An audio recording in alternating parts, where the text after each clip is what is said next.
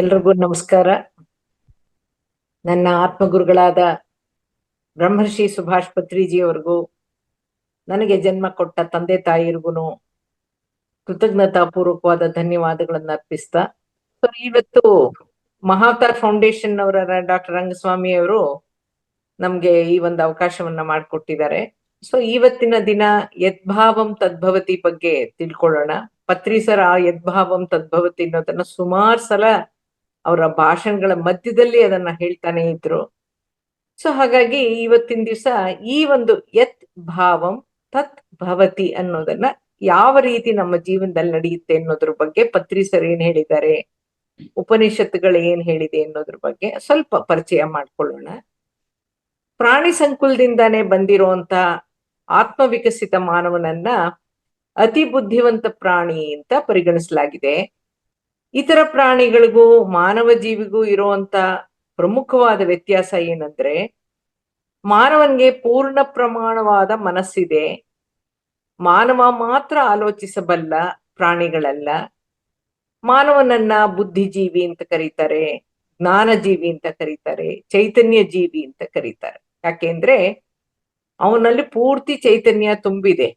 ಭೌತಿಕವಾಗಿ ಮೂಳೆ ಮಾಂಸದಿಂದ ಕಂಡ್ರೂ ಕೂಡ ಅವನಲ್ಲಿ ಚೈತನ್ಯ ಅನ್ನೋದು, ಶಕ್ತಿ ಚೈತನ್ಯ ಅನ್ನೋದು ಚಕ್ರಗಳ ರೂಪದಲ್ಲಿ, ಚೈತನ್ಯ ಶರೀರಗಳ ರೂಪದಲ್ಲಿ ಇರೋದ್ರಿಂದ ಅವನು ಚೈತನ್ಯ ಜೀವಿ ಕೂಡ ಹೌದು. ಈ ಬುದ್ಧಿವಂತ ಪ್ರಾಣಿಗೆ ಮನುಷ್ಯ ಅಂತ ಹೇಗೆ ಹೆಸರಿಸಲಾಯ್ತು ಅಂತ ನೋಡಿದಾಗ ವಿವರಣೆ ಏನಿದೆ ಅಂದ್ರೆ, ಮನಯೇವ ಮನುಷ್ಯಾಣಂ ಕಾರಣಂ ಬಂಧನಂ ಮೋಕ್ಷಯೋಹೋ ಅಂತಿದೆ. ಅಂದ್ರೆ ಮನಸ್ಸು ಇರೋನು ಮನುಷ್ಯ ಅಂತಾನು, ಈ ಮನಸ್ಸೇ ಬಂಧನಕ್ಕೂ ಮೋಕ್ಷಕ್ಕೂ ಕಾರಣ ಅಂತ ಅರ್ಥ. ಇದೇ ಮನಸ್ಸು ಚಂಚಲತೆಗೂ ಕಾರಣ, ಮೋಕ್ಷಕ್ಕೂ ದಾರಿ ಮಾಡುತ್ತೆ ಅಂತ ಅರ್ಥ. ಈ ಮನಸ್ಸು ಭೌತಿಕ ರೂಪದಲ್ಲಿ ಇಲ್ಲ, ಅದು ಸೂಕ್ಷ್ಮ ರೂಪದಲ್ಲಿದ್ದು ಭೌತಿಕ ದೇಹಕ್ಕೂ ಆತ್ಮಕ್ಕೂ ಸಂಪರ್ಕ ಕಲ್ಪಿಸುವಂತ ಗುಣವನ್ನ ಹೊಂದಿದೆ. ಅದು ಆತ್ಮ ಭೌತಿಕ ದೇಹದ ಜೊತೆ ಇರೋವರೆಗೂ ಜೀವನ ಇರುತ್ತೆ. ಆಗ ಮಾತ್ರ ಮನಸ್ಸು ಜೊತೆಯಲ್ಲಿ ಇರುತ್ತೆ. ಜೀವ ಇರೋವರೆಗೂ ನಮ್ಮ ಎಲ್ಲಾ ಕಾಯ ವಾಚ ಮನಸ ಚಟುವಟಿಕೆಗಳನ್ನ ನಡೆಸ್ಕೊಂಡು ಹೋಗೋದೇ ಮನಸ್ಸು. ಅದು ಕಣ್ಣಿಗೆ ಕಾಣದೇ ಇದ್ರೂ ಕೂಡ ಮನಸ್ಸಿನ ಪ್ರೇರಣೆ ಇಲ್ದೇನೆ ಏನೂ ನಡೆಯೋಲ್ಲ. ನಮ್ಮ ಜೀವನ ನಮ್ಮ ಮನಸ್ಸಿನ ಮೇಲೆ ಅವಲಂಬಿಸಿದೆ. ನಮ್ಮ ಮನಸ್ಸು ಹೇಗೋ ಹಾಗೆ ನಮ್ಮ ಜೀವನ. ನಾವು ನಮ್ಮ ಮನಸ್ಸನ್ನ ನಿಯಂತ್ರಣದಲ್ಲಿ ಇಟ್ಕೊಳ್ಳೋಕೆ ಆಗ್ತಾ ಇಲ್ವಾದ್ರಿಂದ ನಮ್ಮ ಜೀವನವನ್ನು ನಿಯಂತ್ರಣದಲ್ಲಿ ಇಟ್ಕೊಳ್ಳೋಕ್ ಆಗ್ತಾ ಇಲ್ಲ. ಈ ಮನಸ್ಸು ಎರಡು ಸ್ತರದಲ್ಲಿ ಕೆಲಸ ಮಾಡುತ್ತೆ. ಒಂದು ಹೊರ ಮನಸ್ಸು, ಇನ್ನೊಂದು ಒಳ ಮನಸ್ಸು. ಅದನ್ನೇ ಆಧ್ಯಾತ್ಮಿಕವಾಗಿ ಎಚ್ಚರ ಮನಸ್ಸು ಮತ್ತು ಸುಪ್ತ ಮನಸ್ಸು ಅಂತೀವಿ. ನಮ್ಗೆಲ್ಲ ಈ ಹೊರ ಮನಸ್ಸು ಮತ್ತು ಒಳ ಮನಸ್ಸು ಅನ್ನೋ ಪದಗಳು ನಮಗೆ ಗೊತ್ತಿದೆ, ಬಳಕೆನೂ ಮಾಡ್ತೀವಿ. ಆದ್ರೆ ಒಳ ಮನಸ್ಸಿನ ಬಗ್ಗೆ ನಮ್ಗೆ ಬಳಕೆ ಗೊತ್ತಿಲ್ಲ. ಮನಸ್ಸಿನ ನಿಯಮ ಏನು ಅಂದ್ರೆ, ನಮ್ಮ ಹೊರ ಮನಸ್ಸು ನಮ್ಮ ಒಳ ಮನಸ್ಸಿನಿಂದ ನಿರ್ಮಾಣವಾಗುತ್ತೆ ಅಂತ.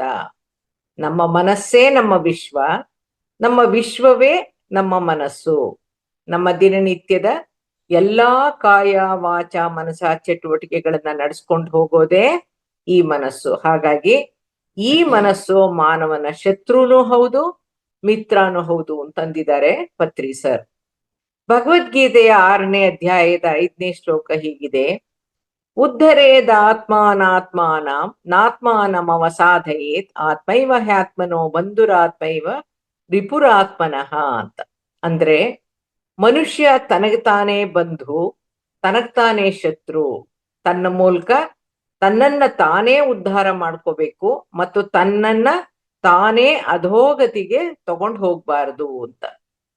ಮನಸ್ಸಿನ ಎಲ್ಲಾ ಆಲೋಚನೆಗಳು, ಭಾವನೆಗಳು, ಕಾಮನೆಗಳು, ಆಸಕ್ತಿಗಳೆಲ್ಲವೂ ಕೂಡ ಮನಸ್ಸಿನಲ್ಲೇ ಹುಟ್ಟಿ, ಮನಸ್ಸಿನಲ್ಲೇ ಉಂಟಾಗಿ, ಮನಸ್ಸಿನಲ್ಲೇ ಸೇರಿ ಹೋಗೋದ್ರಿಂದ ಮನಸ್ಸನ್ನೇ ರಕ್ಷಿಸಿಕೊಳ್ಬೇಕಾಗತ್ತೆ. ನಮಗೆ ನಾವೇ ಬಂಧುವಾಗ್ಬೇಕು. ಶತ್ರುಗಳು ಅಂದ್ರೆ ಕೇವಲ ಮನುಷ್ಯರೇ ಶತ್ರುಗಳಾಗ್ಬೇಕು ಅಂತೇನಿಲ್ಲ. ಅಂತೇನೆ ನಮ್ಮಲ್ಲಿ ಉದ್ಭವವಾಗುವಂತ ವಿಧ್ವಂಸಕ ನಕಾರಾತ್ಮಕ ಆಲೋಚನೆಗಳೇ ನಮ್ಗೆ ಶತ್ರು ಕೂಡ ಆಗ್ಬಹುದು. ನಮ್ಮ ವಿಧ್ವಂಸಕ ಚಿಂತನೆಗಳೇ, ಆಲೋಚನೆಗಳೇ ನಮ್ಮ ಚಿಂತೆಗೆ, ದುಃಖಕ್ಕೆ, ನಮ್ಮ ಸ್ಥಿತಿಗತಿಗೆ ಕಾರಣವಾಗಬಹುದು. ಋಷಿಕೇಶದ ಸ್ವಾಮಿ ಶಿವಾನಂದರು ವೃತ್ತಿಯಲ್ಲಿ MBBS ಮಾಡಿದ್ದಂತ ವೈದ್ಯರು, ಪ್ರವೃತ್ತಿಯಲ್ಲಿ ಆಧ್ಯಾತ್ಮ ಸಾಧಕರು. ಅವರು ಬರೆದಿರುವಂತಹ ಥಾಟ್ ಪವರ್ ಅನ್ನೋ ಪುಸ್ತಕದಲ್ಲಿ ಏನಂತ ಹೇಳಿದ್ದಾರೆ ಅಂದ್ರೆ, ಪರಮಾತ್ಮನ ಸೃಷ್ಟಿ ಹಾಗೂ ಸ್ಥಿತಿಯ ಮೂಲಾನೇ ದಿವ್ಯ ಆಲೋಚನೆಗಳು, ದಿವ್ಯ ಚಿಂತನೆಗಳು. ಸೃಷ್ಟಿಗೂ ಹಾಗೂ ನಾಶಕ್ಕೂ ನಮ್ಮ ಆಲೋಚನೆಗಳೇ, ನಮ್ಮ ಚಿಂತನೆಗಳೇ ಕಾರಣ. ನಮ್ಮ ವಾಸ್ತವ ಸ್ಥಿತಿಗೆ ನಾವೇ ಕಾರಣ, ನಮ್ಮ ಚಿಂತನೆಗಳೇ ಕಾರಣ ಅಂತ ಹೇಳಿದ್ದಾರೆ ಸ್ವಾಮಿ ಶಿವಾನಂದರು. ಅದನ್ನೇ ಯದ್ಭಾವಂ ತದ್ಭವತಿ ಅನ್ನೋದು. ಯದ್ಭಾವಂ ತದ್ಭವತಿ ಅಂದ್ರೆ, ನಾವು ಯಾವ ರೀತಿ ಆಲೋಚಿಸ್ತೀವೋ ಅದೇ ರೀತಿ ಆಗತ್ತೆ, ಅದೇ ರೀತಿ ಘಟಿಸುತ್ತೆ ಅಂತ. ಆಲೋಚನೆಗಳು ಯಾವ ರೀತಿ ಇರುತ್ತೋ ಹಾಗೇ ನಡೆಯುತ್ತೆ, ಘಟಿಸುತ್ತೆ ಅಂತಾರೆ. ಇದನ್ನೇ ಬಿತ್ತಿದಂತೆ ಬೆಳೆ ಅಂತಾನು ಹೇಳ್ತಾರೆ. ಆಂಗ್ಲ ಭಾಷೆನಲ್ಲಿ as you sow you reap ಅಂತ ಹೇಳ್ತಾರೆ. As one things so one becomes ಅಂತಾನು ಕೂಡ ಹೇಳ್ತಾರೆ. ಚಾಂದೋಗ್ಯ ಉಪನಿಷತ್ತಿನಲ್ಲಿ ನಮ್ಮ ಆಲೋಚನೆಗಳು ಮತ್ತು ನಮ್ಮ ಉದ್ದೇಶಗಳು ನಮ್ಮ ವಾಸ್ತವವನ್ನ ಸೂಚಿಸುತ್ತೆ ಅಂತಿದೆ. ಕಠೋಪನಿಷತ್ತಿನಲ್ಲಿ ವ್ಯಕ್ತಿಯ ಆಲೋಚನೆಗಳು, ಅವನ ಆಸೆಗಳು ಅವನ ಭವಿಷ್ಯವನ್ನ ನಿರ್ಧರಿಸುತ್ತೆ. ಆಸೆಗಳನ್ನ ಪೋಷಿಸೋನು ತನ್ನ ಆಸೆಗಳಿಂದಾಗಿ ಪುನರ್ಜನ್ಮಗಳಲ್ಲಿ ಸಿಲುಕಿಕೊಳ್ತಾನೆ ಅಂತಿದೆ.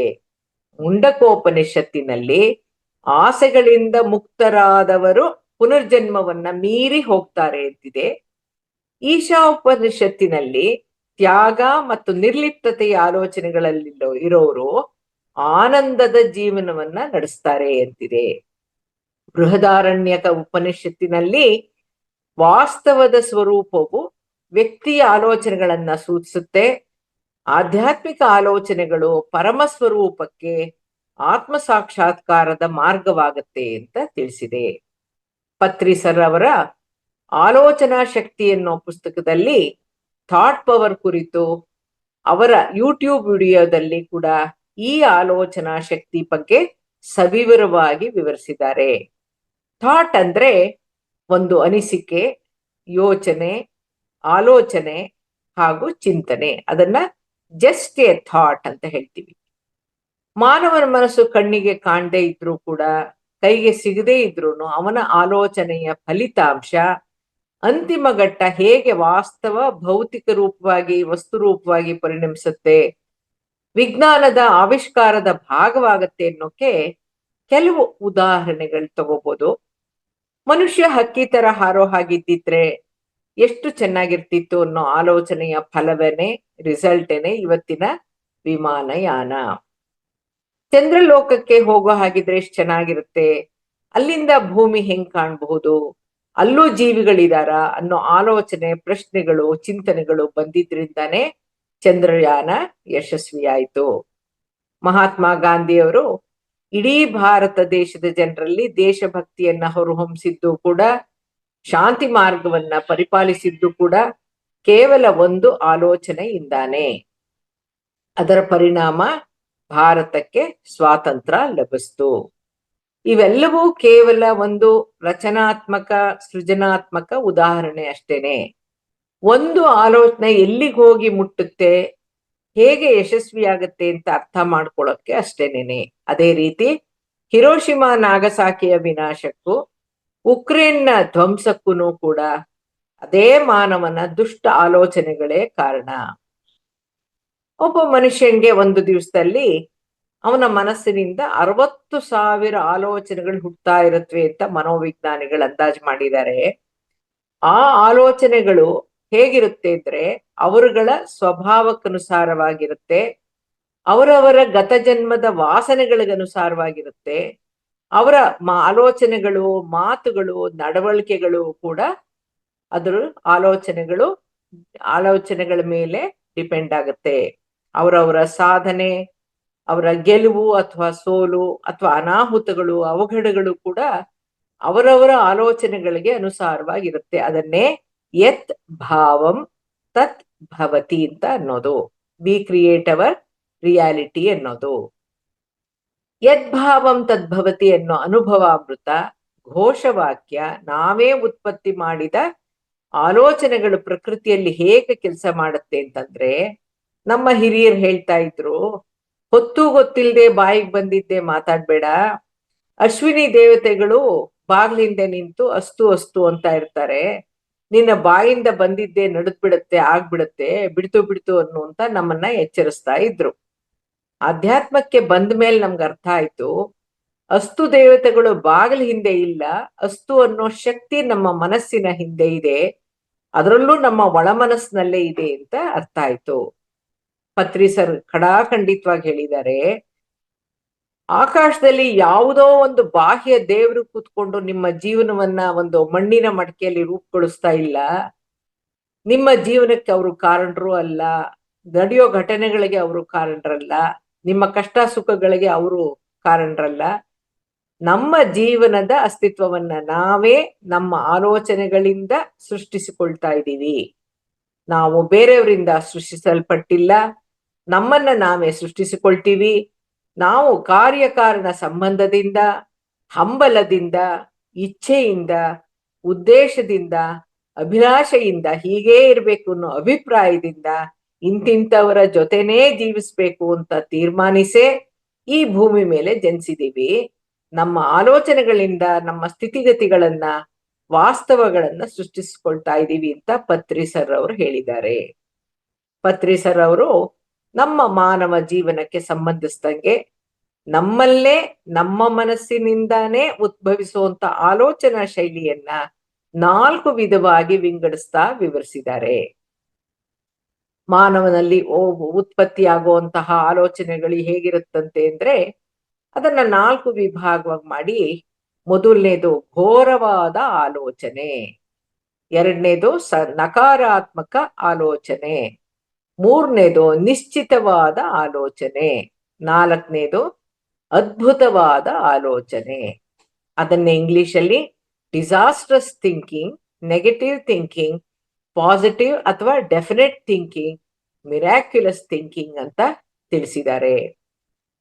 ಘೋರವಾದ ಆಲೋಚನೆ ಹೇಗಿರುತ್ತೆ, ಅವರ ಬಾಯಿಗಳಲ್ಲಿ ಮಾತುಗಳು ಹೇಗ್ ಬರುತ್ತೆ ಅಂದ್ರೆ, ನನ್ನಿಂದ ಆಗೋದೇ ಇಲ್ಲ, ಇದು ಸಾಧ್ಯನೇ ಇಲ್ಲ, ಇದು ನನ್ನಿಂದ ಆಗದೆ ಇರೋ ಕೆಲಸ, ನಾನು ಯಾಕೆ ಪ್ರಯತ್ನಿಸ್ಬೇಕು ಅನ್ನೋಂಥ ಅನಿಸಿಕೆ ಘೋರವಾದ ಆಲೋಚನೆ ಅಂತ ಪತ್ರಿ ಸರ್ ಹೇಳ್ತಾರೆ. ಅದಕ್ಕೊಂದು ಉದಾಹರಣೆಯನ್ನು ತಗೋತಾರೆ.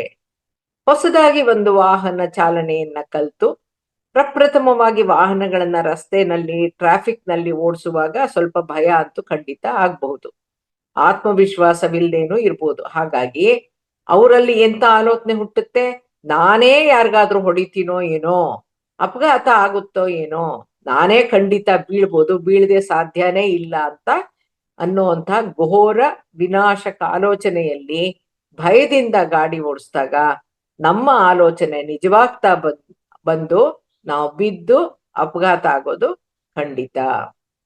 ಮತ್ತೊಂದು ಉದಾಹರಣೆ, ಘೋರ ಆಲೋಚನೆ ಹೇಗಿರುತ್ತೆ ಅಂದ್ರೆ, ಅದು ಘೋರವಾಗಿ ಹೇಗೆ ಪರಿಣಮಿಸುತ್ತೆ ಅಂದ್ರೆ, ನಾನು ಪಾಪರ್ರು, I am broke, I am insolvent ಅಂತ ಆಗಾಗ್ಗೆ ಹೇಳ್ತಾನೇ ಇದ್ರೆ ಅದೇ ಪಾಪರ್ ಸ್ಥಿತಿ ಬಂದೊದಗುತ್ತೆ, ಬಂದೇ ಬರುತ್ತೆ. ಆದ್ರೆ ಅದೇ ಕ್ಷಣ ಅಲ್ಲ. ವಾಹನದಲ್ಲಿ ಆಕ್ಸಿಡೆಂಟ್ ಹೊರಟ ತಕ್ಷಣ ಆಕ್ಸಿಡೆಂಟ್ ಆಗೋದು, ಬೀಳೋದು ಆ ತರ ಅಲ್ಲ. ಇದೊಂದು ಸ್ಥಿತಿ ತಲುಪಬೇಕಿದ್ರೆ ಟೈಮ್ ತಗೊಳುತ್ತೆ, ನಿಧಾನವಾಗಿ ಮುಂದೊಂದು ದಿನ ಘಟಿಸೇ ತೀರುತ್ತೆ. ಬೇರೆಯವ್ರು ಯಾರಾದ್ರೂ ನಮ್ಮ ಹತ್ರ ಹಣ ಕೇಳಿದ್ರೆ, ಸಾಲ ಕೇಳಿದ್ರೆ, ಸಾಲ ಕೊಡಕ್ಕೆ ಇಷ್ಟ ಇಲ್ಲದೆ ಇದ್ರೆ, ಕೊಡದೇ ಇರಕ್ಕೊಂದ್ ಕಾರಣ ಬೇಕಲ್ಲ, ಅವಾಗ ಹೇಳ್ತಾರೆ ಅಯ್ಯೋ ನಾನೇ ಪಾಪರು ಅಂತ.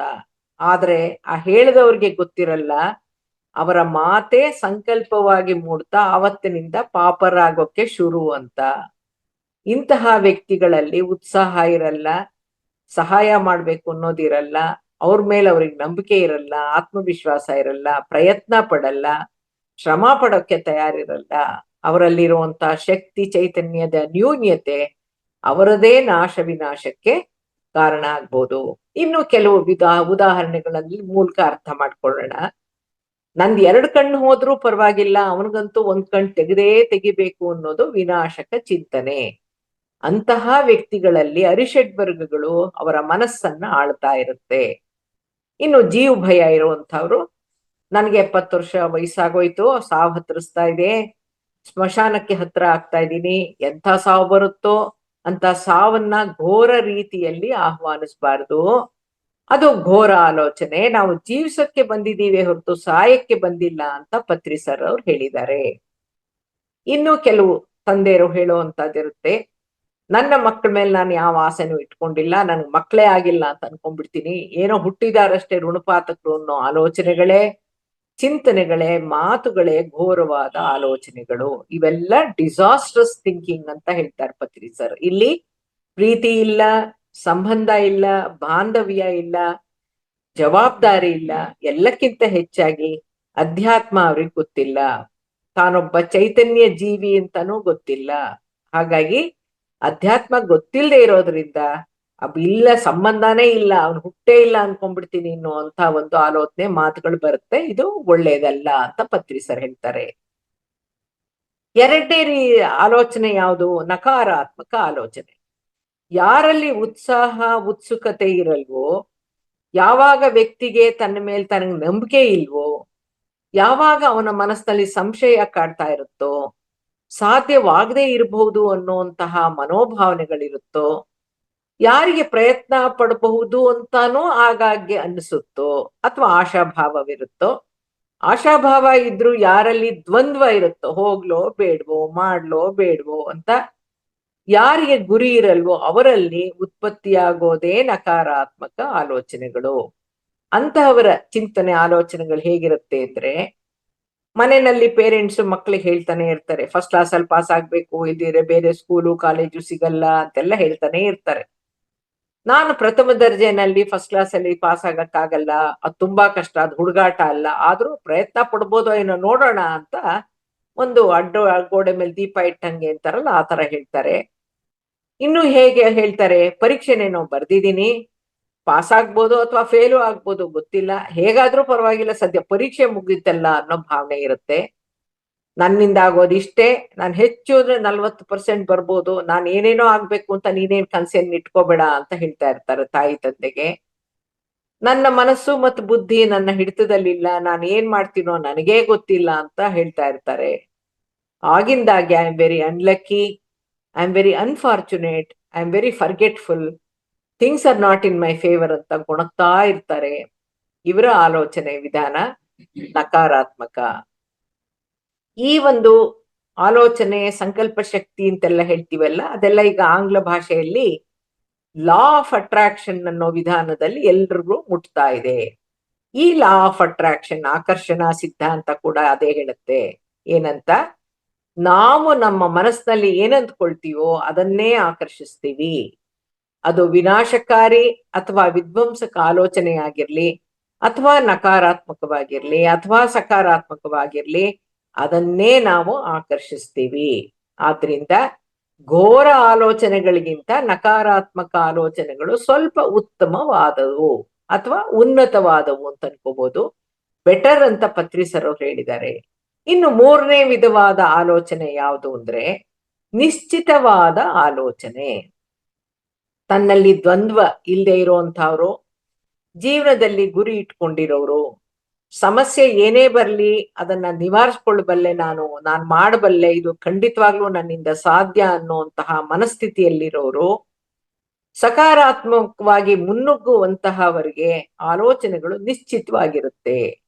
ಅವರ ನಿಶ್ಚಿತ ಆಲೋಚನೆಗಳು ಹೇಗಿರುತ್ತೆ ಅಂದ್ರೆ, ನಾನು ಖಂಡಿತವಾಗಿ ಫಸ್ಟ್ ಕ್ಲಾಸ್ ಅಲ್ಲಿ ಪಾಸ್ ಆಗ್ತಾ ಇದ್ದೀನಿ, ನಾನು ವಾಹನವನ್ನ ಹೊಸದಾಗೇ ಕಲ್ತಿದ್ರು ಕೂಡ ಏಕಾಗ್ರತೆಯಿಂದ ಚಲಾಯಿಸಿ ಸುರಕ್ಷಿತವಾಗಿ ಹಿಂದಿರುಗ್ತೀನಿ, ಸಮಸ್ಯೆ ಏನೇ ಇರ್ಲಿ ನನ್ನ ಮನಸ್ಸನ್ನ ನನ್ನ ಹತೋಟಿಯಲ್ಲಿ ಇಟ್ಕೊಳ್ಳಕ್ಕೆ ನನಗೆ ಸಾಧ್ಯ, ನಾನು ನನ್ನ ಗುರಿಯನ್ನ ಸಾಧಿಸ್ಲೇಬೇಕು, ನಾನೂ ಅವರಂತೆ ಶೈಕ್ಷಣಿಕ ಸಾಧನೆಯ ಜೊತೆಗೆ ಸಂಗೀತವನ್ನು ಕೂಡ ಕಲಿತೀನಿ, ನಾನು PUC ಡಿಸ್ಟಿಂಕ್ಷನ್ ನಲ್ಲಿ ಪಾಸ್ ಮಾಡಿ ಫ್ರೀ ಸೀಟ್ ತಗೊಂಡು ಇಂಜಿನಿಯರ್ ಆಗ್ತೀನಿ, ನಾನು ಧ್ಯಾನದಲ್ಲಿ ಕೂತ್ಕೋತೀನಿ, ಧ್ಯಾನದಲ್ಲಿ ನಾನು ಖಂಡಿತವಾಗಿ ನನ್ನ ಮನಸ್ಸನ್ನ ನನ್ನ ಹತೋಟಿಯಲ್ಲಿ ಇಟ್ಕೊಳ್ಳೋದನ್ನ ಕಲಿತೀನಿ, ಏನೇ ಸಮಸ್ಯೆ ಬಂದ್ರು ನಾನು ನಿಭಾಯಿಸ್ಕೋತೀನಿ ಅಂತ ಈ ತರ ಸಕಾರಾತ್ಮಕವಾಗಿ ಹೇಳ್ತಾ ಇರ್ತಾರೆ. ನಾವು ನಮ್ಮ ಮನಸ್ಸಿನಲ್ಲಿ ಇಂತಹ ನಿಶ್ಚಿತವಾದ ಯೋಚನೆಗಳನ್ನ ಇಟ್ಕೊಂಡಿದ್ರೆ ಗೆಲುವು ಖಂಡಿತ ಸಿಗುತ್ತೆ. ನಿಶ್ಚಿತವಾದ ಆಲೋಚನೆಗಳಿಂದ ನಮ್ಮಿಂದ ಮುನ್ನುಗ್ಗುವಂತ ಹೆಜ್ಜೆಗಳನ್ನ ಇಡಿಸುತ್ತೆಯೇ ಹೊರತು ಹೆಜ್ಜೆಗಳನ್ನ ಹಿಂದಕ್ಕೆ ಇಡಿಸಲ್ಲ. ಇದುವರೆಗೂ 3 ರೀತಿಯ ಆಲೋಚನೆಗಳನ್ನ ನೋಡಿದ್ವಿ. ಅದರ ಸಾರಾಂಶ ಏನಂದ್ರೆ, ರಿವೈಸ್ ಮಾಡ್ಕೊಂಡು ಹೋದ್ರೆ, ಯಾವ್ಯಾವ ರೀತಿಯ ಆಲೋಚನೆಗಳಿಂದ ಏನಾಗತ್ತೆ ಅನ್ನೋದು ನಾವು ಅರ್ಥ ಆದ್ರೆ, ನಮ್ಮ ಆಲೋಚನೆ ಬಂದ ತಕ್ಷಣ ನಾವು ಅದನ್ನ ಯಾವ್ದಕ್ಕೆ ಕನ್ವರ್ಟ್ ಮಾಡ್ಕೋಬೇಕು ಅನ್ನೋ ಒಂದು ಮನಸ್ಥಿತಿಯಲ್ಲಿ ಅರಿವಿನಿಂದ ಪ್ರಜ್ಞಾಪೂರ್ವಕವಾಗಿ ನಾವಿರ್ಬೇಕು. ಈ ಘೋರ ಆಲೋಚನೆಗಳು ಅನಾಹುತಗಳನ್ನ ಸೃಷ್ಟಿಸುತ್ತವೆ, ಆಕರ್ಷಿಸುತ್ತವೆ, ಅಪಘಾತಗಳನ್ನ, ಅವಘಡಗಳನ್ನ ಉತ್ಪನ್ನ ಮಾಡತ್ವೆ. ಇಂತಹ ಘೋರ ಆಲೋಚನೆಗಳು ಬಂದ ಕೂಡಲೇ ಇದು ಘಟಿಸಬಾರದು ಅಂತ ಇದ್ರೆ ಮತ್ತೊಂದು ಆಲೋಚನೆಗೆ, ನಿಶ್ಚಿತ ಆಲೋಚನೆಗೆ ಅವಕಾಶ ಮಾಡ್ಕೊಡ್ಬೇಕು. ಹೇಗೆ? ರಸ್ತೆ ಇರೋದೇ ವಾಹನಗಳನ್ನ ಓಡಿಸೋಕೆ, ಅವರಲ್ಲಿ ನಾನು ಒಬ್ಬ ಅಷ್ಟೇ. ನಾನು ಧೈರ್ಯವಾಗಿ ಅರಿವಿನಿಂದ ಜೋಪಾನವಾಗಿ ವಾಹನಗಳನ್ನ ಚಲಾಯಿಸಬಲ್ಲೆ, ಪ್ರಯತ್ನ ಪಡೋಣ, ಹುಷಾರಾಗಿದ್ರಾಯ್ತು ಅಂತ ಅಂದುಕೊಂಡು ವಾಹನ ಚಲಾಯಿಸಿದ್ರೆ ಆ ಸಕಾರಾತ್ಮಕ ಆಲೋಚನೆಯಲ್ಲಿ ಅಡಗಿರುವಂತ ಶಕ್ತಿ ನಿಮ್ಮನ್ನ ಪ್ರೇರೇಪಿಸುತ್ತೆ, ವಾಹನ ಚಾಲನೆ ಸುಗಮವಾಗತ್ತೆ. ನಕಾರಾತ್ಮಕ ಆಲೋಚನೆಗಳು ಏನ್ ಮಾಡತ್ವೆ? ಸೋಲನ್ನ ಆಕರ್ಷಿಸುತ್ತವೆ, ಅಧೋಗತಿಯನ್ನ ಉತ್ಪನ್ನ ಮಾಡಿ ಪ್ರಗತಿಯನ್ನ ತಡೆ ಹಿಡಿಯುತ್ತವೆ. ಯಾಕೆಂದ್ರೆ ನಕಾರಾತ್ಮಕ ಯೋಚನೆಯಿಂದ ನಮ್ಮ ಆಲೋಚನೆಗಳಿಗಿರುವಂತಹ ಶಕ್ತಿ ಕಡಿಮೆ ಆಗಿ ಶಕ್ತಿ ಚೈತನ್ಯದ ಸೋರಿಕೆಯಾಗಿ ಸೋಲಿಗೆ ಕಾರಣವಾಗುತ್ತೆ. ಶಕ್ತಿ ಚೈತನ್ಯದ ಸೋರಿಕೆ, ನಾವು ತಪ್ಪಾಗಿ ಮಾತಾಡಿದಾಗ, ಬೇರೆಯವ್ರನ್ನ ಕಾಮೆಂಟ್ ಮಾಡಿದಾಗ, ಯಾವ್ದೋ ಕೆಲ್ಸಕ್ಕೆ ಬಾರದೇ ಇರೋದನ್ನ ಟಿವಿ ನೋಡ್ತಾ ಇದ್ದಾಗ, ಅಥವಾ ಯಾರ್ದೋ ಜಗಳ ಆಗ್ತಿದ್ರೆ ನಾ ಹೋಗಿ ಅಲ್ಲಿ ನಿಂತ್ಕೊಂಡು ಅವ್ರ ಜಗಳ ಏನು ಅಂತ ನೋಡ್ತಾ ಇರೋದಂತಾಗ್ಲಿ, ಅಥವಾ ಪ್ರತಿಯೊಂದಕ್ಕೂ ಕಾಮೆಂಟ್ ಮಾಡ್ತಾ ಇದ್ರೆ, ಜಡ್ಜ್ಮೆಂಟ್ಸ್ ಮಾಡ್ತಾ ಇದ್ರೆ ಅವ್ರು ಏನು ಅಂತ, ಇದೆಲ್ಲ ಶಕ್ತಿ ಸೋರಿಕೆ ಆಗುತ್ತೆ. ಅದಕ್ಕೆ ಪತ್ರಿ ಸರ್ ಹೇಳ್ತಾರೆ, ಅನಾವಶ್ಯಕವಾಗಿ ಮಾತಾಡ್ಬೇಡಿ, ಅನಾವಶ್ಯಕವಾಗಿ ನೋಡ್ಬೇಡಿ, ಅನಾವಶ್ಯಕವಾಗಿ ಕೇಳಿಸ್ಕೋಬೇಡಿ ಅಂತ. ಸೊ ನಮ್ಮ ಆಲೋಚನೆಗಳಿಗೆ ಭಗವಂತ ಒಳಗಡೆ ಆಂತರ್ಯದಿಂದ ಶಕ್ತಿ ಕೊಟ್ಟಿದ್ದಾನೆ. ನಾವ್ ಆ ಶಕ್ತಿ ಕಡಿಮೆನ ಮಾಡ್ಕೊಂಡ್ರೆ ನಮ್ಮ ಬಾಯಲ್ಲಿ ಬರುವಂತದ್ದು ಬರೀ ನಕಾರಾತ್ಮಕ ಮಾತುಗಳೇ ಆಗಿರುತ್ತೆ. ಇನ್ನು ನಿಶ್ಚಿತವಾದ ಆಲೋಚನೆಯಿಂದ ಏನಾಗುತ್ತೆ? ನಿಶ್ಚಿತವಾದ ಆಲೋಚನೆಗಳಿಂದ ಗೆಲುವು ಖಂಡಿತವಾಗಿ ಸಿಗುತ್ತೆ. ನಿಶ್ಚಿತವಾದ ಆಲೋಚನೆಗಳಿಂದ ಅಂದ್ರೆ ಡೆಫಿನೆಟ್ ಥಿಂಕಿಂಗ್ ಇಂದ ನಮ್ಮಿಂದ ಮುನ್ನುಗ್ಗುವಂತ ಹೆಜ್ಜೆಗಳನ್ನ ಇಡಿಸುತ್ತೆಯೇ ಹೊರತು ಹೆಜ್ಜೆಗಳನ್ನ ಹಿಂದಕ್ಕೆ ಇಡಿಸಲ್ಲ. ಹಾಗಾಗಿ ಗೆಲುವು ನಿಶ್ಚಿತ. ಪತ್ರಿಜಿ ಅವರ ಫೇವರೇಟ್ ಮಾಸ್ಟರ್ ಆದಂತ ಸೇತ್ ಆಲೋಚನೆಗಳ ಕುರಿತು 10 ಹಲವು ಜೀವನ ಜ್ಞಾನಾನುಭವವನ್ನ ತಿಳಿಸ್ಕೊಟ್ಟಿದ್ದಾರೆ. ಅದರಲ್ಲಿ ಕೆಲವು ಹೀಗಿದೆ. ಒಂದು ಸಣ್ಣ ಸಣ್ಣ ವಾಕ್ಯಗಳೇ ಇದ್ರೂ ಕೂಡ ಬಹಳ ಅರ್ಥಗರ್ಭಿತವಾಗಿದೆ. ಆಲೋಚನೆಯ ಕಾರ್ಯರೂಪವೇ ಭೌತಿಕ ವಾಸ್ತವ. ಅಂದ್ರೆ ಈ ವಾಸ್ತವ ಆಗೋದೇ, ಸೃಷ್ಟಿಯಾಗೋದೇ ನಮ್ಮ ಆಲೋಚನೆಗಳಿಂದ. ಆಲೋಚನೆ ಕೆಲ್ಸಾನೇ ಭೌತಿಕ ವಾಸ್ತವಕ್ಕೆ ತರೋದು. ನಿಮ್ಮ ಆಲೋಚನೆಗಳೇ ನೀವು, ನೀವೇ ನಿಮ್ಮ ಆಲೋಚನೆಗಳು. ನಿಮ್ಮ ಆಲೋಚನೆಗಳೇ ನಿಮ್ಮ ಜೀವನದ ಮೂಲ, ನಿಮ್ಮ ಜೀವನವೇ ನಿಮ್ಮ ಆಲೋಚನೆಗಳ ಫಲ. ನಿಮ್ಮ ಜೀವನವನ್ನ ಬದಲಾಯಿಸ್ಬೇಕು ಅಂತಿದ್ರೆ ಮೊದಲಿಗೆ ನಿಮ್ಮ ಆಲೋಚನೆಗಳನ್ನ ಬದಲಾಯಿಸಿ ಅಂತ ಹೇಳ್ತಾರೆ ಸೇತು. ನಿಮ್ಮ ಅಂತರ್ ಪ್ರಪಂಚದ ಪ್ರತಿಯೊಂದು ಆಲೋಚನೆಯು ನಿಮ್ಮ ಬಾಹ್ಯ ಪ್ರಪಂಚದಲ್ಲಿ ವಾಸ್ತವವಾಗುತ್ತೆ. ನಿಮ್ಮ ಸಮಸ್ಯೆಗಳ ಪರಿಹಾರದ ಶಕ್ತಿ ಕೇಂದ್ರನೇ ನಿಮ್ಮ ಅಂತರ್ ಪ್ರಪಂಚ. ಈ ಅಂತರ್ ಪ್ರಪಂಚವನ್ನ ಧ್ಯಾನದ ಮೂಲಕ ಮಾತ್ರ ಪ್ರವೇಶಿಸಬೇಕು ಅಂತ ಸೇತ್ ವಿಜ್ಞಾನದಲ್ಲಿದೆ. ಘೋರ, ನಕಾರಾತ್ಮಕ, ನಿಶ್ಚಿತ ಅನ್ನುವಂತ ಈ 3 ರೀತಿಯ ಆಲೋಚನಾ ವಿಧಾನಗಳು ಭೌತಿಕ ಸ್ತರದಲ್ಲಿ ವಾಸ್ತವ ರೂಪದಲ್ಲಿ ಎಚ್ಚರ ಮನಸ್ಸಿನೊಂದಿಗಿರುವಾಗಿನ ಸಂದರ್ಭಗಳಲ್ಲಿ ಬರುವಂತದ್ದಾದ್ರೂ ವ್ಯಕ್ತಿಗೆ ಆಧ್ಯಾತ್ಮದ ಅರಿವಿದ್ದಾಗ, ಆತ್ಮನ ಇರುವಿಕೆಯ ಜ್ಞಾನವಿದ್ದಾಗ, ಆತ್ಮವಿಶ್ವಾಸವಿದ್ದಾಗ, ಅವರ ಅಂತರ್ಶಕ್ತಿ ಸಾಮರ್ಥ್ಯಗಳ ಅರಿವು ಅವರಿಗಿದ್ದಾಗ ಆ ವ್ಯಕ್ತಿಯ ಆಲೋಚನೆಗಳೇ ಬೇರೆ ತರ ಇರುತ್ತೆ. ಅದ್ಭುತವಾದ ಬರ್ತಾ ಇರುತ್ತವೆ. ಅದನ್ನ ಮಿರಾಕ್ಯುಲಸ್ ಥಿಂಕಿಂಗ್ ಅಂತ ಹೇಳ್ತಾರೆ. ಈ ಅದ್ಭುತವಾದ ಆಲೋಚನೆ, ಮಿರಾಕ್ಯುಲಸ್ ಥಿಂಕಿಂಗ್ ಯಾವಾಗಿರುತ್ತೆ ಅಂದ್ರೆ ಆತ್ಮವಿಶ್ವಾಸವಿದ್ದಾಗ, ತನ್ನ ಶಕ್ತಿ ಸಾಮರ್ಥ್ಯಗಳ ಮೇಲೆ ತನಗೆ ನಂಬಿಕೆ ಇದ್ದಾಗ ಇಂಥ ಆಲೋಚನೆಗಳು ಬರುತ್ತೆ. ಸೊ ಈಗ ನಾವು ಹೊಸದಾಗಿ ವಾಹನ ಚಾಲನೆ ಕುರಿತು, ವಾಹನವನ್ನ ಚಲಾಯಿಸುವಾಗ ಘೋರ ಆಲೋಚನೆ ಹೇಗಿರುತ್ತೆ, ನಿಶ್ಚಿತ ಆಲೋಚನೆಗಳು ಹೇಗಿರುತ್ತೆ ಅನ್ನೋದನ್ನ ನೋಡಿದ್ವಿ. ಈಗ ಅದ್ಭುತವಾದ ಆಲೋಚನೆ ಹೇಗಿರುತ್ತೆ ಅಂದ್ರೆ ನಾನು ಮೊದಲನೇ ಸಲ ವಾಹನವನ್ನ ಟ್ರಾಫಿಕ್ ನಲ್ಲಿ ಓಡಿಸ್ತಿದ್ದೀನಿ, ಆದ್ರೆ ಏನಾಯ್ತು, ನಾನು 15 ನಿಮಿಷಗಳಲ್ಲಿ ಧೈರ್ಯವಾಗಿ ಸಿಟಿಗೆ ಹೋಗಿ ಕ್ಷೇಮವಾಗಿ ಹಿಂತಿರುಗ್ತೀನಿ ಅಂತ ಅಂದುಕೊಂಡು ಕ್ಷೇಮವಾಗಿ ಹಿಂತಿರುಗಿ ಬಂದ್ರೆ ಅದು ಅದ್ಭುತವಾದ ಆಲೋಚನೆ, ಅದ್ಭುತವಾದ ಸಾಧನೆ, ಯಶಸ್ಸು. ಈ ಆತ್ಮವಿಶ್ವಾಸನೇ ಒಂದು ಅದ್ಭುತವನ್ನ ಸೃಷ್ಟಿಸುತ್ತೆ. ನಮ್ಮ ಮನಸ್ಸಿನಲ್ಲಿ ಅದ್ಭುತವಾದ ಆಲೋಚನೆಗಳಿಗೆ ಅವಕಾಶ ಕೊಡಕ್ಕೆ ನಾವು ಸಿದ್ಧರಿರ್ಬೇಕು, ಇಚ್ಛಿಸಬೇಕು. ನಮ್ಮಲ್ಲಿ ಇಚ್ಛಾಶಕ್ತಿ ಇರ್ಬೇಕು, ಅಂದ್ರೆ ವಿಲ್ ಪವರ್ ಇರ್ಬೇಕು. ನಾವು ಮೈದಾನದಲ್ಲಿ, ಫೀಲ್ಡ್ ಅಲ್ಲಿ ವಾಹನ ಚಾಲನೆ ಡ್ರೈವಿಂಗ್ ಕಲ್ತ್ಕೊಂಡಿರೋದು ನಿಜ, ಆದ್ರೆ ಮೈದಾನದಲ್ಲೇ ಫೀಲ್ಡ್ ನಲ್ಲೇ ಓಡಿಸ್ಬೇಕು ಅಂತ ಏನಿಲ್ವಲ್ಲ. ಮುಂದೆ ರಸ್ತೆಯಲ್ಲಿ, ಬಿಸಿ ರೋಡಲ್ಲಿ, ಮುಂದೊಂದು ದಿನ ರೇಸ್ನಲ್ಲೂ ಕೂಡ ಭಾಗವಹಿಸಿ ಅದ್ಭುತ ಸಾಧನೆಯನ್ನು ಮಾಡಬಹುದು, ಅದ್ಭುತ ದಾಖಲೆಯನ್ನು ಸೃಷ್ಟಿಸಬಹುದು. ಈ ಸಾಧನೆಯ ಹಿಂದಿರುವುದು ನಿಮ್ಮ ಅದ್ಭುತ ಆಲೋಚನೆ, ನಿಮ್ಮ ಆತ್ಮವಿಶ್ವಾಸ ಹಾಗೂ ನಿಮ್ಮ ಇಚ್ಛಾಶಕ್ತಿ. ಈ ವೆಹಿಕಲ್ ಕಲ್ತ್ಕೊಂಡ್ಮೇಲೆ ರೇಸಲ್ಲೂ ಭಾಗವಹಿಸ್ಬೋದು ಅಂತ ಹೇಳಿದ್ದಲ್ಲ, ಆ ಕೆಲಸವನ್ನ ನಾನೇ ಮಾಡಿದ್ದೀನಿ. ಬೆಂಗಳೂರಿನಲ್ಲಿ ವಿಜಯ ಬ್ಯಾಂಕ್ನವರು ಲೇಡೀಸ್ಗೆ ಒಂದು ವೆಹಿಕಲ್ ರೇಸ್ ಅನ್ನ ಅರೇಂಜ್ ಮಾಡಿದ್ರು. ಅದರಲ್ಲಿ ಬ್ಯಾಂಕ್ ಎಂಪ್ಲಾಯೀಸಿಗೆ ಮಾತ್ರ. ಆಗ ನಾನು ಕೆನರಾ ಬ್ಯಾಂಕ್ ಅಲ್ಲಿ ಅಧಿಕಾರಿಯಾಗಿ ಕೆಲಸ ಮಾಡ್ತಿದ್ದಿದ್ರಿಂದ, ನಾನು ವೆಹಿಕಲ್ ಓಡಿಸ್ತಿದ್ದಿದ್ರಿಂದ ಅವಾಗ ಇದರಲ್ಲಿ ಒಂದು ವೆಹಿಕಲ್ ರೇಸ್ ಅಲ್ಲಿ ನಾನು ಭಾಗವಹಿಸಿದ್ದೆ. ಆಗ ಅಲ್ಲಿ ಸುಮಾರು ಆಕ್ಸಿಡೆಂಟ್ ಆಯ್ತು, ಬಿದ್ದು ಮೂಳೆಗಳು ಮುರ್ಕೊಂಡ್ರು, ತುಂಬಾ ಗಾಯಗಳಾಯ್ತು. ಅದೆಲ್ಲ ಆದಾಗ ಟ್ರ್ಯಾಕ್ ಅನ್ನ ಕಂಪ್ಲೀಟ್ ಮಾಡಿದೆ. ಆದ್ರೂ ಒಂದು ಇದ್ದೆ ಹೆಮ್ಮೆ ಏನು ಅಂದ್ರೆ, 2 ರೌಂಡ್ ನಾನು ಮುಂದೆ ಪಾಸ್ ಆಗಿ ಅದನ್ನ ಓವರ್ಟೇಕ್ ಮಾಡ್ಕೊಂಡು ಆಮೇಲೆ ಫೈನಲ್ ರೌಂಡ್ ಅಲ್ಲಿ ನಾನು ಸ್ವಲ್ಪ ಹಿಂದುಳ್ಕೊಂಡೆ. ಆದ್ರೂ ಕೂಡ ನಾನು ರೇಸ್ಗೆ ಹೋಗಿದ್ದೀನಿ ಅನ್ನೋದು ಒಂದು ಅದ್ಭುತ ಅಚೀವ್ಮೆಂಟ್ ಅಂತ ನನಗನ್ಸುತ್ತೆ. ಹಾಗಾಗಿ ನಮ್ಮ ಆತ್ಮವಿಶ್ವಾಸ ಹಾಗೂ ನಮ್ಮ ಇಚ್ಛಾಶಕ್ತಿ, ವಿಲ್ ಪವರ್ ನ ಮಾಡಬಲ್ಲೆ ಅಂತ ನನಗನ್ಸಿದ್ರೆ ಅದು ಸಾಧ್ಯ ಆಗುತ್ತೆ. ಪತ್ರಿ ಸರ್ ಅವರ ಆಲೋಚನಾ ಶಕ್ತಿ ಅನ್ನೋ ಪುಸ್ತಕದಲ್ಲಿ ಹೇಳಿದ್ದಾರೆ, ನಮ್ಮ ಹಿಂದೂ ಧರ್ಮ ಗ್ರಂಥಗಳಲ್ಲಿ ಸಾವೇ ಇಲ್ಲದಂತೆ ಚಿರಂಜೀವಿಯಾಗಿ ಜೀವಿಸಿರೋರ ಉಲ್ಲೇಖ ಇದೆ. ಪತ್ರಿ ಸರೇ ಬರೆದಿದ್ದಾರೆ. ಚಿರಂಜೀವಿ ಅಂದ್ರೆ ದೈಹಿಕ ಅಮರತ್ವ. ಇದು ಹೇಗೆ ಸಾಧ್ಯ ಅಂದ್ರೆ, ಇದು ಅವರ ಅತ್ಯದ್ಭುತ ಆಲೋಚನೆ, ಅವರ ಇಚ್ಛೆ, ಅವರ ನಿರ್ಧಾರ, ಅವರ ಇಚ್ಛಾಶಕ್ತಿ. ಅಂದ್ರೇನು, ನಾನು ದೈಹಿಕವಾಗಿ ಅಮರವಾಗಿರ್ಬೇಕು, ನಾನು ಸಾಯ್ಬಾರದು ಅಂತ ಅನ್ನೋದು ಅವರ ಆಲೋಚನೆ, ಅವರ ಇಷ್ಟ, ಅವರ ನಿರ್ಧಾರ ಹಾಗೂ ಅವರ ವಿಲ್ ಪವರ್. ಅಂತಹ ದಾಖಲಿತ ಚಿರಂಜೀವಿಗಳು ಯಾರ್ಯಾರು ಅಂದ್ರೆ, ಅಶ್ವತ್ಥಾಮ, ಹನುಮಂತ, ವಿಭೀಷಣ, ಕೃಪಾಚಾರ್ಯರು, ಪರಶುರಾಮ, ಮಾರ್ಕಂಡೇಯ, ವ್ಯಾಸ ಮಹರ್ಷಿಗಳು ಹಾಗೂ ಬಲಿರಾಜನನ್ನ ಚಿರಂಜೀವಿಗಳು ಅಂತ ಕರೆದಿದ್ದಾರೆ. ಇಂದಿಗೂ ಹಿಂದಿನ ಕಾಲದ ತಾಯಂದ್ರು ಅವರ ಮಕ್ಕಳಿಗೆ ಇವರ ಹೆಸರುಗಳನ್ನ ಶ್ಲೋಕ ರೂಪದಲ್ಲಿ ಹೇಳ್ತಾ ಅವರಂತೆನೆ ಅವರ ಮಕ್ಕಳು ಚಿರಂಜೀವಿಗಳಾಗ್ಲಿ ಅಂತ ಆಶೀರ್ವದಿಸುವಂತ ಪರಿಪಾಠ ಕೂಡ ಇದೆ. ಇದು miraculous thinking, miraculous happening, miraculous achievement. ಇದು ಅದ್ಭುತವಾದ ಆಧ್ಯಾತ್ಮಿಕ ಆಲೋಚನೆಗಳಿಗೆ ಇನ್ನೂ ಕೆಲವು ಉದಾಹರಣೆಗಳನ್ನ ತಗೊಳ್ಳೋಣ. ಯಾಕೆಂದ್ರೆ ಸುಮ್ನೆ ಈ ತರ ಇರುತ್ತೆ ಥಾಟ್ಸ್ ಅನ್ನಕ್ಕಿಂತ ಯಾವ ತರಹ ಥಾಟ್ಸ್ ಇದ್ರೆ ಏನಾಗುತ್ತೆ, ನಾವು ಮಾಡ್ಬೇಕಿರೋಂತ ಆಧ್ಯಾತ್ಮಿಗಳು, ಆತ್ಮಜ್ಞಾನಿಗಳು ಯಾವ ರೀತಿಯ ಒಂದು ಸಂಕಲ್ಪಗಳನ್ನ, ಆಲೋಚನೆಗಳನ್ನ ಮಾಡ್ಬೋದು ಅನ್ನೋಕ್ಕೆ ಕೆಲವು ಉದಾಹರಣೆಗಳನ್ನ ತಗೊಂಡ್ರೆ, ನಾನು ವಿಪಸನ ಮಾರ್ಗದ ಆನಾಪಾನಸತಿ ಧ್ಯಾನದ ಮೂಲಕ ನನ್ನ 3ನೇ ಕಣ್ಣನ್ನ ತೆರೆಸ್ಕೊಳ್ತೀನಿ.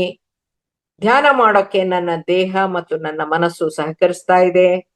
ನನ್ನ ಆಲೋಚನೆ ವಾಸ್ತವವಾಗಿ ರೂಪುಗೊಳ್ಳೋಕೆ ಪ್ರಕೃತಿ ಸಹಕರಿಸ್ತಾ ಇದೆ ಅಂತ ಹೇಳ್ಕೋಬಹುದು.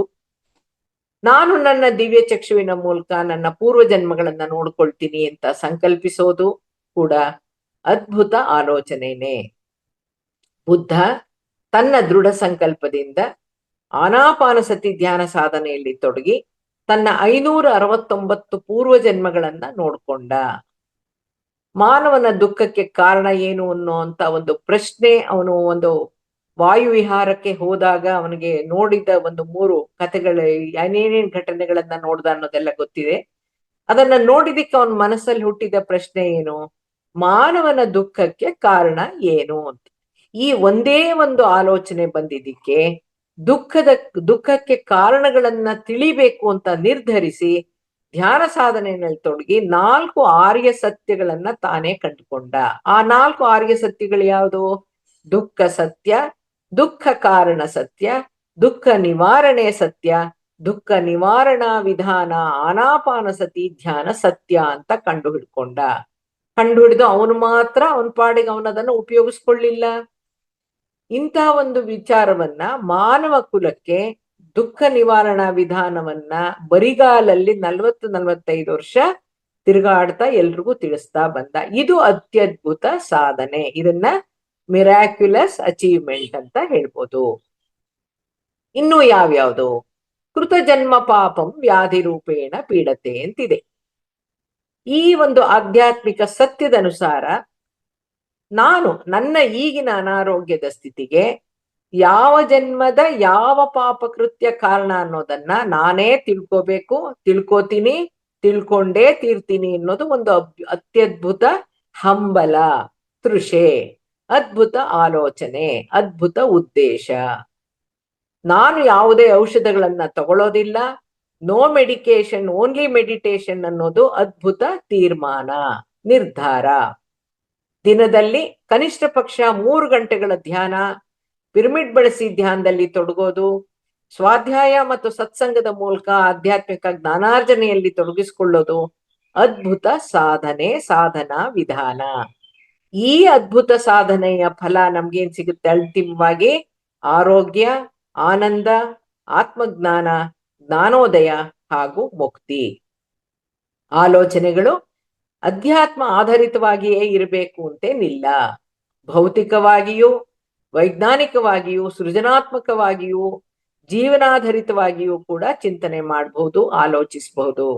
ಈ ಕುರಿತು ಸೇತ್ ಮಹಾಶಯರು ಏನ್ ಹೇಳಿದ್ದಾರೆ ಅಂತಂದ್ರೆ, ಜೇಡಿ ಮಣ್ಣಿನಿಂದ ನೀವು ಇಷ್ಟಪಟ್ಟ ಬೊಂಬೆಯನ್ನ ಮಾಡಬಹುದಾಗಿರೋ ಹಾಗೇನೆ ನಿಮ್ಮಲ್ಲೇ ಇರುವಂತಹ ಆಂತರಿಕ ಚೈತನ್ಯದಿಂದ, ಶಕ್ತಿ ಚೈತನ್ಯದಿಂದ, ನಿಮ್ಮಲ್ಲೇ ಇರುವಂತಹ ಅತ್ಯದ್ಭುತ ಆಲೋಚನಾ ಶಕ್ತಿಯಿಂದ ನೀವು ಪ್ರಾಪಂಚಿಕವಾಗಿ ಮತ್ತು ಆಧ್ಯಾತ್ಮಿಕವಾಗಿ ಬಯಸಿದ್ದನ್ನ ಸೃಷ್ಟಿಸಿಕೊಳ್ಳಬಹುದು. ನಿಮಗೇನ್ ಬೇಕು, ನೀವೇನಾಗ್ಬೇಕು ಅನ್ನೋದನ್ನ, ನಿಮ್ಮ ಜೀವನದ ಗುರಿಯನ್ನ ಸ್ಪಷ್ಟವಾಗಿ ತಿಳ್ಕೊಂಡ್ರೆ ಅದನ್ನ ನಿಮ್ಮ ಆಂತರಿಕ ಪ್ರಪಂಚ ನಿಮಗೆ ಕೊಡುತ್ತೆ. ನೀವು ನಿಮ್ಮನ್ನ ಧ್ಯಾನದ ಮೂಲಕ ನಿಮ್ಮ ಆಂತರಿಕ ಪ್ರಪಂಚಕ್ಕೆ ಪ್ರಯಾಣಿಸಿ ಸಂಪರ್ಕ ಸಾಧಿಸಬೇಕಷ್ಟೇ ಅಂತ ಹೇಳಿದ್ದಾರೆ. ಆಲೋಚನೆಗಳ ಸೃಷ್ಟಿ ಆಂತರಿಕ ಪ್ರಪಂಚದಲ್ಲಾದ್ರೆ ವಾಸ್ತವಗಳ ಸೃಷ್ಟಿ ಬಾಹ್ಯ ಪ್ರಪಂಚದಲ್ಲಿ ಅಂತ ಸೇತ್ ಮಹಾಶಯರು ಹೇಳಿದ್ದಾರೆ. ಪತ್ರಿಜಿಯವರ, ಸೇತ್ ಮಹಾಶಯರ ಹಾಗೂ ಲಾಬ್ಸಾಂಗ್ ರಾಂಪರ್ ಅವರ ದಿವ್ಯ ಸಂದೇಶಗಳನ್ನ ಹಾಗೂ ದಿವ್ಯ ಮಾರ್ಗದರ್ಶನವನ್ನ ನೋಡಿದಾಗ ನಮಗನ್ಸುತ್ತೆ ಇವರೆಲ್ಲರೂ ಒಂದೇ ಸತ್ಯವನ್ನ ಹೇಳ್ತಾ ಇದ್ದಾರೆ. ಆದ್ರೆ ನಾವ್ ಅಂದ್ಕೊಂಡಿದ್ ನಮ್ಗೆ ಯಾಕೆ ಸೃಷ್ಟಿ ಆಗ್ತಾ ಇಲ್ಲ, ನಮ್ಮ ವಾಸ್ತವವನ್ನ ನಾವೇ ಯಾಕೆ ಸೃಷ್ಟಿ ಮಾಡ್ಕೊಳಕ್ ಆಗ್ತಾ ಇಲ್ಲ? ನಾ ಅನ್ಕೋತಾ ಇದ್ದೀನಿ, ನಾನು ಬಸ್ಸಲ್ಲಿ ಟ್ರಾವೆಲ್ ಮಾಡುವಾಗ್ಲೂ ಅನ್ಕೋತೀನಿ, ಇದು ಆಫೀಸಲ್ಲಿ ಲಂಚ್ ಅವರ್ನಲ್ಲೂ ಅನ್ಕೋತೀನಿ, ಆದ್ರೂ ಯಾಕೆ ನಮ್ಮ ವಾಸ್ತವವನ್ನ ನಾವು ಸೃಷ್ಟಿ ಮಾಡ್ಕೊಳಕ್ ಆಗ್ತಲ್ಲ? ಇವರೆಲ್ಲ ನಿಮ್ ಥಾಟ್ಸ್ ಮೂಲಕ ನೀವೆಲ್ಲ ಮಾಡ್ಕೋಬಹುದು ಅಂತ ಹೇಳ್ತಾರಲ್ಲ, ನನಗೆ ಯಾಕೆ ಆಗ್ತಾ ಇಲ್ಲ ಅಂತ ಒಂದು ಪ್ರಶ್ನೆ ಬರುತ್ತೆ. ನಮ್ಮ ಅಂತರಂಗದಲ್ಲಿ ನಿತ್ಯ ಶಾಶ್ವತವಾದ ದಿವ್ಯ ಚೈತನ್ಯ ಶಕ್ತಿ ಸಾಮರ್ಥ್ಯಗಳು ಬೇಕಾದಷ್ಟಿದೆ. ಮಾನವನ ದೇಹ ಅನೇಕಾನೇಕ ಶಕ್ತಿ ಸಾಮರ್ಥ್ಯಗಳ ಆಗರ. ಅದರಲ್ಲಿ ಒಂದು ಆಲೋಚನಾ ಶಕ್ತಿ, ಅಂದ್ರೆ ಮಾನವನಲ್ಲಿ ಆಲೋಚಿಸುವಂತ ಶಕ್ತಿ ಸಾಮರ್ಥ್ಯವಿದೆ ಅಂತ ಅರ್ಥ. ಅಂದ್ರೆ ಮಾನವನ ಆಲೋಚನೆಗಳಿಗೆ ಅದಕ್ಕೆ ಬೇಕಿರುವಷ್ಟು ಹೆಚ್ಚಿನ ಶಕ್ತಿ ಚೈತನ್ಯವನ್ನ ತುಂಬಿದ್ರೆ, ನಮ್ಮ ಭಾವನೆಗಳು ಸಕಾರಾತ್ಮಕವಾಗಿದ್ರೆ, ಅದ್ಭುತವಾಗಿದ್ರೆ, ಅದು ನಮ್ಮ ಅನುಭೂತಿಗೆ ಬಂದ್ರೆ ಅದೇ ವಾಸ್ತವ ಅಂತಾನು ನಮ್ಗೆ ಅರ್ಥ ಆಗತ್ತೆ. 5-10 ನಿಮಿಷ ಕಣ್ಮುಚ್ಕೊಂಡು ಸಂಕಲ್ಪಗಳನ್ನ ಹೇಳಿದ್ರೆ, ಆಲೋಚನೆಗಳು ಮಾಡಿದ್ರೆ, ನನ್ಗೆ ಕೆಂಪು ಕಾರ್ ನಮ್ಮನೆ ಮುಂದೆ ನಿಂತ್ಕೊಳ್ತಾ ಇದೆ, ನಾನು ನಮ್ಮ ಗ್ಯಾರೇಜ್ ಅಲ್ಲಿ ಕಾರ್ ನಿಲ್ಸಿದೀನಿ ಅಂದ್ರೆ ಅದು ಬರೋಲ್ಲ. ಅದಕ್ಕೆ ಆ ಚೈತನ್ಯಕ್ಕೆ ಶಕ್ತಿ ಇಲ್ಲ. ಧ್ಯಾನ ಮಾಡ್ಬೇಕು, ಮೌನ ಆಚರಿಸ್ಬೇಕು. ಪತ್ರಿ ಸರ್ ಯಾವಾಗ್ಲೂ ಹೇಳೋದು, ಅನಾವಶ್ಯಕ ಆಲೋಚನೆಗಳನ್ನ ಮಾಡಬೇಡಿ. ಶೂನ್ಯ ಸ್ಥಿತಿಗೆ ಖಾಲಿಯಾಗಿ ಬಿಳಿ ಪೇಪರ್ ತರ ಆಗಿ ಧ್ಯಾನದ ಕೊನೆಯಲ್ಲಿ ನೀವೇನನ್ನ ಆಲೋಚನೆಗಳನ್ನ ಉದ್ದೇಶ ಪೂರ್ವಕವಾಗಿ ನೀವೇನ್ ಮಾಡ್ಕೋತಿರೋ ಅದು ಬರುತ್ತೆ, ಅದು ಆಗತ್ತೆ, ಅದು ಘಟಿಸುತ್ತೆ ಅಂತ ಹೇಳಿದ್ದಾರೆ ಸೇತ್ ಮಾಸ್ಟರು. ಸೊ ಪ್ರಶಾಂತ ಮನಸ್ಸಿನಿಂದ ಹೊರಬರುವಂತಹ ನಿಶ್ಚಲ ಆಲೋಚನೆಗಳು ಮಾತ್ರ ವಾಸ್ತವವಾಗುತ್ತೆ, ಅದೇ ಘಟಿಸುತ್ತೆ ಅಂತ ಹೇಳಿದ್ದಾರೆ ಸೇತ್ ಮಾಸ್ಟರು. ಪ್ರತಿನಿತ್ಯ ಏನ್ ಮಾಡ್ಬೇಕು? ಶಿಸ್ತುಬದ್ಧವಾಗಿ ನಮ್ಮ ವಯಸ್ಸಿನಷ್ಟು ನಿಮಿಷ ಧ್ಯಾನ ಮಾಡಿ ದೇಹ ಮತ್ತು ಮನಸ್ಸನ್ನ ಶುದ್ಧವಾಗಿಟ್ಕೊಂಡ್ರೆ, ಮನಸ್ಸನ್ನ ಪ್ರಶಾಂತವಾಗಿಟ್ಟು ಹಂಬಲದಿಂದ ಅದಾಗ್ಲೇಬೇಕು ಅನ್ನೋ ಹಂಬಲ ಇರ್ಬೇಕು, ಉದ್ದೇಶ ಇರ್ಬೇಕು, ಆಲೋಚನೆಗಳನ್ನ ಒಂದು ತೀರ್ಮಾನ ತಗೋಬೇಕು, ಅದ್ ತಗೊಂಡೇ ತಗೋತೀನಿ, ಸಾಧಿಸ್ತೀನಿ ಅಂತ ತೀರ್ಮಾನ ಮಾಡಿ ಸಂಕಲ್ಪಿಸಿ ಅದಕ್ಕಾಗಿ ಧ್ಯಾನ ಸಾಧನೆ ಮಾಡಿದವ್ರೆಲ್ರಿಗೂ ಅವರೆಂದುಕೊಂಡಂತೆ ಅದ್ಭುತಗಳು ಆಗಕ್ಕೆ ಸಾಧ್ಯ. ಸೇತ್ ಹೇಳ್ತಾರೆ, ಮೊದಲಿಗೆ ನಿಮ್ಮ ಆಲೋಚನೆಗಳನ್ನ ಭಾವನೆಗಳನ್ನ ಭೌತಿಕ ರೂಪಕ್ಕೆ ತರಕ್ಕೆ ನಿಮ್ಮ ಸುಪ್ತ ಶಕ್ತಿ ಸಾಮರ್ಥ್ಯವೇನು ಅಂತ ತಿಳ್ಕೊಳ್ಳಿ. ನಿಮ್ಮ ಆಲೋಚನೆಗಳನ್ನ ನಿಮ್ಮ ಚಿಂತನೆಗಳನ್ನ ಹೇಗೆ ಶಕ್ತಿಯುತಗೊಳಿಸೋದು ಅನ್ನೋದ್ರ ಕಡೆ ಗಮನ ಇರ್ಲಿ. ಸುಪ್ತ ಶಕ್ತಿ ಸಾಮರ್ಥ್ಯಗಳನ್ನ ಬಳಸೋದು ಹೇಗೆ ಅನ್ನೋದನ್ನು ಕೂಡ ಕಲಿಬೇಕು, ಅಭ್ಯಾಸ ಮಾಡ್ಬೇಕು. ಎಲ್ಲಕ್ಕೂ ಧ್ಯಾನನೇ ಮೂಲ ಮತ್ತು ಪರಿಹಾರ.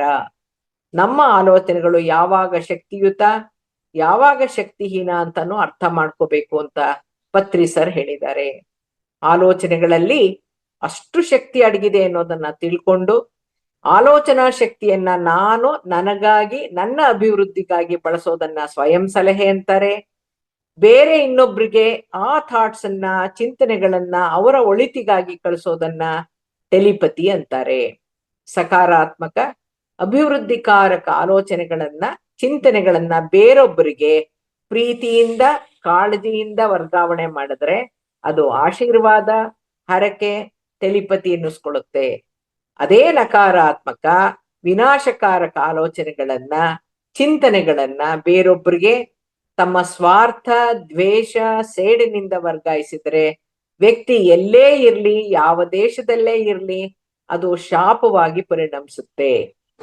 ಇವೆರಡರಲ್ಲೂ ಆಲೋಚನೆಗಳು ಶಕ್ತಿ ಚೈತನ್ಯ ರೂಪದಲ್ಲಿರೋದ್ರಿಂದ ವರ್ಗಾವಣೆ ಆಗುತ್ತೆ. ನೀವು ಆಶೀರ್ವಾದ ಮಾಡಿದ್ರು ಟ್ರಾನ್ಸ್ಫರ್ ಆಫ್ ಎನರ್ಜಿ ಶಕ್ತಿಪಾತ, ಶಾಪ ಕೊಟ್ರು ಕೂಡ ಶಕ್ತಿಪಾತ. ಯಾರು ನಮ್ ಕಾಲಿಗೆ ನಮಸ್ಕಾರ ಮಾಡಿ ನಮ್ಮ ಹತ್ರ ಶಾಪ ಇಸ್ಕೊಳ್ಳಲ್ಲ.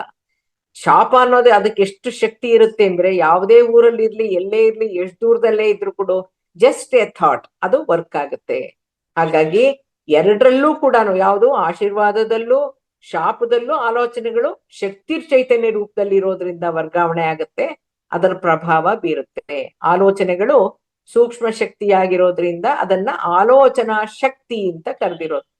ಆತರ ಮಾನವನಲ್ಲಿ ಸುಮಾರು 70ಕ್ಕೂ ಹೆಚ್ಚು ಶಕ್ತಿ ಚೈತನ್ಯಗಳನ್ನ ಅಡಗಿಸಿಟ್ಟು ಅದನ್ನ ತಿಳ್ಕೊಳ್ಳೋಕೆ, ಬಳಸೋ ಹಾಗೂ ಬೆಳೆಸ್ಕೊಳ್ಳುವಂತ ಸ್ವಾತಂತ್ರ್ಯವನ್ನ ಮಾನವನಿಗೆ ಕೊಟ್ಟಿರೋದ್ರಿಂದ ಮಾನವನನ್ನ ಚೈತನ್ಯ ಜೀವಿ, ಎನರ್ಜಿ ಎಂಟಿಟಿ ಅಂತಾನು ಕರೆದಿರೋದು. ಮಾನವನ ಆಲೋಚನೆಗಳ ಮೂಲ ಮನಸ್ಸು, ಅದೂ ಕೂಡ ಸೂಕ್ಷ್ಮ ರೂಪದಲ್ಲಿದ್ದು ಅದೂ ಕೂಡ ಅತಿ ಶಕ್ತಿಶಾಲಿಯಾಗಿದ್ದು ಮಾನವನ ಜೀವನವನ್ನ ಪ್ರತಿ ಕ್ಷಣ ನಿರ್ದೇಶಿಸುತ್ತೆ. ಹಾಗಾಗಿ ನಾವೇ ನಮ್ಮ ಆಲೋಚನೆಗಳ ಸೃಷ್ಟಿಕರ್ತರು, ನಾವೇ ನಮ್ಮ ಆಲೋಚನೆಗಳ ನಿರ್ಮಾಪಕರು, ನಾವೇ ನಮ್ಮ ಆಲೋಚನೆಗಳ ನಿರ್ದೇಶಕರು. ಈ ಮೇಲಿನ ವಿಷಯಗಳನ್ನು ಒಳಗೊಂಡಿರುವಂತಹ ಒಂದು ದಿನದ ಕಲಿಕಾ ಶಿಬಿರ ಪ್ರಾತ್ಯಕ್ಷಿಕ ಕಾರ್ಯಾಗಾರವನ್ನ ಇದೇ ಆಗಸ್ಟ್ 10ನೇ ತಾರೀಕು ಬೆಂಗಳೂರಿನ ಮಹಾತಾರ್ ಫೌಂಡೇಶನ್ ಸಂಸ್ಥೆ ಅವರದೇ ಕಚೇರಿಯಲ್ಲಿ ಆಯೋಜಿಸಿದೆ, ವೈಟ್ ಫೀಲ್ಡ್ ಹತ್ರ. ಅಂದಿನ ಕಾರ್ಯಾಗಾರವನ್ನ ನಾನೇ ನಡೆಸ್ಕೊಡ್ತಾ ಇದ್ದೀನಿ. ನಾನು ಇಂಟರ್ನ್ಯಾಷನಲ್ ಆರ್ಗನೈಸೇಷನ್ ಸಿಲ್ವಾ 2000 ಇಂದ ಎಸೆನ್ಷಿಯಲ್ ಮೈಂಡ್ ಪವರ್ ನಲ್ಲಿ ಗ್ರಾಜುಯೇಷನ್ ಮಾಡಿದ್ದೀನಿ. ಅದಕ್ಕಿಂತ ಹೆಚ್ಚಾಗಿ ಇದೇ ಚಿಂತನಾ ಶಕ್ತಿಯನ್ನ ಸ್ವಯಂ ಸಲಹೆಯ ರೂಪದಲ್ಲಿ ಆರೋಗ್ಯಕ್ಕೂ ಶೈಕ್ಷಣಿಕ ಸಾಧನೆಗೂ ಅನುಭವ ಪೂರ್ವಕವಾಗಿ ಬಳಸಿ ಯಶಸ್ವಿಯಾಗಿದ್ದೀನಿ. ಕಾರ್ನಿಂದ ಕಳ್ತನ ಆಗಿದ್ದಂತ ಬಂಗಾರದ ಒಡವೆಗಳನ್ನ ಮದ್ವೆಗೆ ಹೋಗಿ ಬಂದು ಬ್ಯಾಗಲ್ಲಿ ಒಡವೆಗಳಿತ್ತು, ಅದನ್ನ ಹಿಂಪಡೆಯೋಕ್ಕೋಸ್ಕರ ಸಂಕಲ್ಪಗಳನ್ನ ಬಳಸಿ ಟೆಲಿಪತಿ ಬಳಸಿ ಒಡವೆಗಳಿದ್ದ ವ್ಯಾನಿಟಿ ಬ್ಯಾಗ್ ಸಂಪೂರ್ಣವಾಗಿ ಯಾವುದೇ ಒಂದು ಪದಾರ್ಥ ಕೂಡ ಕಡಿಮೆ ಆಗದಂಗೆ ಯಥಾಸ್ಥಿತಿಯಲ್ಲೇ ನನಗೆ ವಾಪಸ್ ಪಡ್ಕೊಂಡಿದ್ದೀನಿ. ಟೆಲಿಪತಿ ಮೂಲಕ ಮುರಿದ ಸಂಬಂಧಗಳನ್ನ ಸರಿಪಡಿಸ್ಕೊಂಡಿದ್ದೀನಿ. ಶಸ್ತ್ರಚಿಕಿತ್ಸೆಯನ್ನ ತಪ್ಪಿಸ್ಕೊಂಡು ಇವತ್ತಿಗೂ ನಾನು ಆರೋಗ್ಯವಾಗಿದ್ದೀನಿ. ಗರ್ಭಕೋಶವನ್ನ ತೆಗಿಲೇಬೇಕು ಅಂತ ಆಯ್ತು, ಆಪರೇಷನ್ ಆಗ್ಬೇಕು ಅಂತ ಆಯ್ತು. ಅವಾಗ ಅದು 4ನೇ ಆಪರೇಷನ್ ಆಗ್ಬೇಕಾಗಿತ್ತು. ಪತ್ರಿ ಸರ್ ಅವ್ರು ಖಂಡಿತ ಆಪರೇಷನ್ ಬೇಡ, ಧ್ಯಾನ ಮಾಡು, ಧ್ಯಾನದಲ್ಲಿ ಬರೋ ಚೈತನ್ಯವನ್ನ ಆ ಜಾಗಕ್ಕೆ ಕಳಿಸ್ಕೊಡು, ಎಲ್ಲಿಗ್ ಬೇಕೋ ಅಲ್ಲಿಗೆ ಕಳಿಸು, ಸಂಕಲ್ಪ ಮಾಡು, ಧ್ಯಾನ ಒಟ್ಟು 2 ಗಂಟೆ ಮಾಡ್ತಾ ಬಾ, ಸಂಕಲ್ಪ ಮಾಡ್ತಾ ಬಾ, ಆಪರೇಷನ್ ಬೇಡ ಅಂತ ಹೇಳಿದ್ರು. ಅವರ ಮಾತನ್ನ ಫಾಲೋ ಮಾಡಿ ನಾನು ಇವತ್ತಿಗೂ ಕೂಡ ಗರ್ಭಕೋಶವನ್ನ ಉಳಿಸ್ಕೊಂಡಿದ್ದೀನಿ. ನನಗೀಗ 72 ವರ್ಷ ತುಂಬ 73ಕ್ಕೆ ಬೀಳ್ತಾ ಇದೆ. ಹಾಗಾಗಿ ಧ್ಯಾನ ಒಂದು ಸಂಕಲ್ಪ, ಆಲೋಚನೆ ಯಾವ ತರ ಮಾಡ್ಬೇಕು ಅನ್ನೋದನ್ನ ಹೇಗ್ ಮಾಡೋದು ಅನ್ನೋದನ್ನ ಕಲ್ಸ್ಕೊಡ್ತಾ ಇದ್ದೀನಿ. ಸಾವಿರಾರು ಜನರಿಗೆ ಮಾರ್ಗದರ್ಶಿಕೆಯಾಗಿ ಗೈಡ್ ಮಾಡ್ತಾ ಬಂದಿದ್ದೀನಿ. ಈ ಚಿಂತೆ ಪತ್ರಿ ಸರ್ ಅವರು ನನಗೆ ಈ ನನ್ನ ಅನುಭವಗಳನ್ನ ತಿಳಿಸಿದಾಗ ಅವ್ರು ಹೇಳಿದ್ರು, ಈ ಚಿಂತನಾ ಶಕ್ತಿಯ ಸ್ವಯಂ ಸಲಹೆಯ ಟೆಲಿಪತಿಯ ಶ್ರೇಷ್ಠತೆಯನ್ನ ಬಳಸೋ ವಿಧಾನವನ್ನ ಆಸಕ್ತರಿಗೆ ಕಲಿಸು. ಇಡೀ ವಿಶ್ವಕ್ಕೆ ಗೊತ್ತಾಗ್ಬೇಕು ಧ್ಯಾನದ ಶಕ್ತಿ ಏನು ಅಂತ, ಅಧ್ಯಾತ್ಮದ ಶಕ್ತಿ ಏನು ಅಂತ ತಿಳಿಸ್ಬೇಕು, ಎಲ್ರಿಗೂ ಪರಿಚಯವಾಗ್ಬೇಕು ಅಂತ ಹೇಳಿದ್ರು. ಅವತ್ತಿನಿಂದ ಎಷ್ಟೋ ವರ್ಷಗಳಿಂದ ಕಲಿಸ್ತಾ ಬಂದಿದ್ದೀನಿ. ನನ್ನ ಈ ಅನುಭವ ಜ್ಞಾನವನ್ನ, ವಿಧಿ ವಿಧಾನವನ್ನ ತಿಳಿಸೋ ಪ್ರಾತ್ಯಕ್ಷಿಕೆ ಕಾರ್ಯಾಗಾರವನ್ನ ಇದೇ ಆಗಸ್ಟ್ 10ನೇ ತಾರೀಕು ಭಾನುವಾರ ಆಯೋಜಿಸಲಾಗಿದೆ. ಎಲ್ರಿಗೂ ಅಂದು ಇದೇ ಆಲೋಚನಾ ಶಕ್ತಿ, ಚಿಂತನಾ ಶಕ್ತಿ, ಅದನ್ನೇ ಪವರ್ ಆಫ್ ಥಾಟ್ ಅನ್ನೋದನ್ನ ಕುರಿತು, ಸೂಕ್ತ ಮನಸ್ಸಿನ ಅಂತರಂಗ ಅಂತ ಏನ್ ಹೇಳ್ತಾರೋ, ಒಳ ಮನಸ್ಸು ಅಂತ ಏನ್ ಹೇಳ್ತಾರೋ, ಆ ಶಕ್ತಿ ಸಾಮರ್ಥ್ಯಗಳನ್ನ ಕುರಿತು ತಿಳಿಸ್ಕೊಡ್ತಾ ಇದ್ದೀನಿ. ಸೂಕ್ತ ಮನಸ್ಸನ್ನ ಜಾಗೃತಗೊಳಿಸ್ಕೊಳ್ಳೋ ಹಾಗೂ ಬಳಸಬಹುದಾದಂತ ವಿಧಾನವನ್ನ ಪ್ರಾಯೋಗಿಕವಾಗಿ ಪ್ರಾತ್ಯಕ್ಷಿಕೆಯ ಮೂಲಕ ಕಲಿಸ್ಕೊಡ್ಲಾಗತ್ತೆ. ಈ ಆಲೋಚನಾ ಶಕ್ತಿಯನ್ನ ಇದೇ ವಾಸ್ತವ ಜೀವನದಲ್ಲಿರೋ 10 ಹಲವು ಸಮಸ್ಯೆಗಳಿಂದ ಹೊರಬರೋಕೆ ನಮ್ಮ ಆಲೋಚನೆಗಳು, ಚಿಂತನೆಗಳು ಹೇಗಿರ್ಬೇಕು ಅನ್ನೋದನ್ನ ತಿಳಿಸ್ಕೊಡುತ್ತೆ. ಮಕ್ಕಳನ್ನ, ಕುಟುಂಬದ ಸದಸ್ಯರನ್ನ ಸರಿದಾರಿಗೆ ತರಬಹುದು, ಸಾಲ ವಸೂಲಿಗೆ ಬಳಸಬಹುದು. ನಿಮ್ಮ ದಿನನಿತ್ಯದ ಸಮಸ್ಯೆಗಳನ್ನ ಪರಿಹರಿಸಿಕೊಳ್ಳುವಂತ ಸಕಲ ಸಾಮರ್ಥ್ಯಗಳು ನಿಮ್ಮೊಳಗಡೆನೆ ಇದೆ ಅನ್ನೋದನ್ನ ಅನುಭವ ರೂಪದಲ್ಲಿ ನಿಮಗೆ ಅರ್ಥ ಮಾಡಿಸ್ತೀನಿ.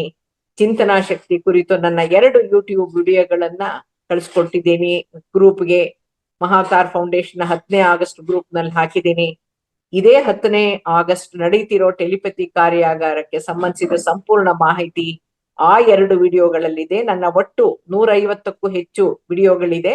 ಅದರಲ್ಲಿ 2 ವಿಡಿಯೋಗಳು ಯೂಟ್ಯೂಬ್ ವಿಡಿಯೋಗಳು ಚಿಂತನಾ ಶಕ್ತಿ ಕುರಿತಿದೆ. ಹಾಗಾಗಿ ಇಂದಿನ ಆಲೋಚನಾ ಶಕ್ತಿ ಕುರಿತ ಯದ್ಭಾವಂ ತದ್ಭವತಿ, ನಾವೇನ್ ಅನ್ಕೊಂತೀವೋ ಅದೇ ಆಗತ್ತೆ ಅನ್ನೋ ಬಗ್ಗೆ ಉಪನ್ಯಾಸವನ್ನ ಮುಗಿಸ್ತಾ ಇದ್ದೀನಿ.